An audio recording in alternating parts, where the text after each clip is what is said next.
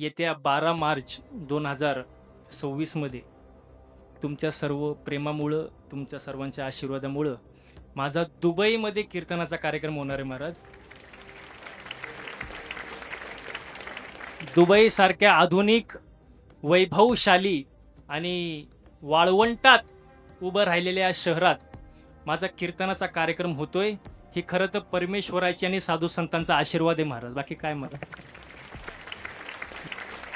परदेशात राहणारे आपले बांधव त्यांच्यापर्यंत आपल्याला हरिनाम, संत वाङ्मय, कीर्तन पोहोचवता येणं हे माझ्यासाठी खूप मोठं सुवर्ण क्षण आहे महाराज.